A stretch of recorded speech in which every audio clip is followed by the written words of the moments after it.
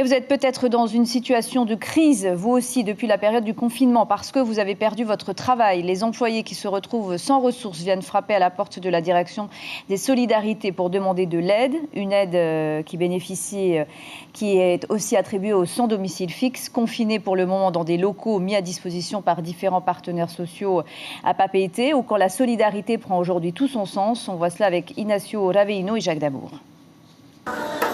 C'est une coopération interservices du pays et un peu plus de 6 millions de francs pacifiques qui a permis l'installation de zones de confinement pour sans domicile fixe, comme celui-ci. Une occasion de connaître un peu plus ces laissés pour compte. Ils ont leur place, mais qu'ils peuvent évoluer. Donc oui, j'ai découvert aussi qu'une bonne majorité de ceux qui m'ont parlé sont devenus SDF parce qu'ils ont perdu leur travail.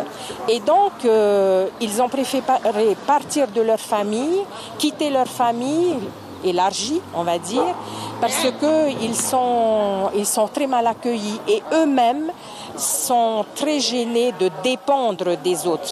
Il est aussi question de réinsertion sociale par le biais d'une activité, exemple, ce potager qui a permis de faire éclore les bonnes volontés.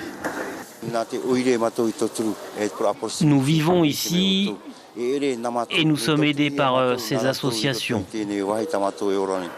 Depuis le début de la crise, les antennes de la direction des familles, de la solidarité et de l'égalité sont littéralement prises d'assaut.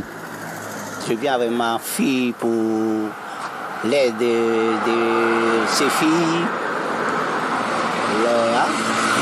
pour la maison, pour le bain. Les demandes alimentaires d'urgence sont en général assez justifiées parce que c'est des familles qui sont en difficulté du fait du confinement parce qu'ils ne peuvent plus travailler ou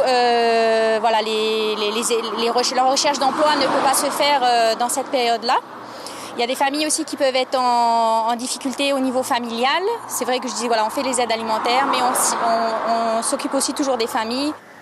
Pour rappel, les antennes sociales du pays ne comptent plus que 3 travailleurs chacune. Covid-19 oblige.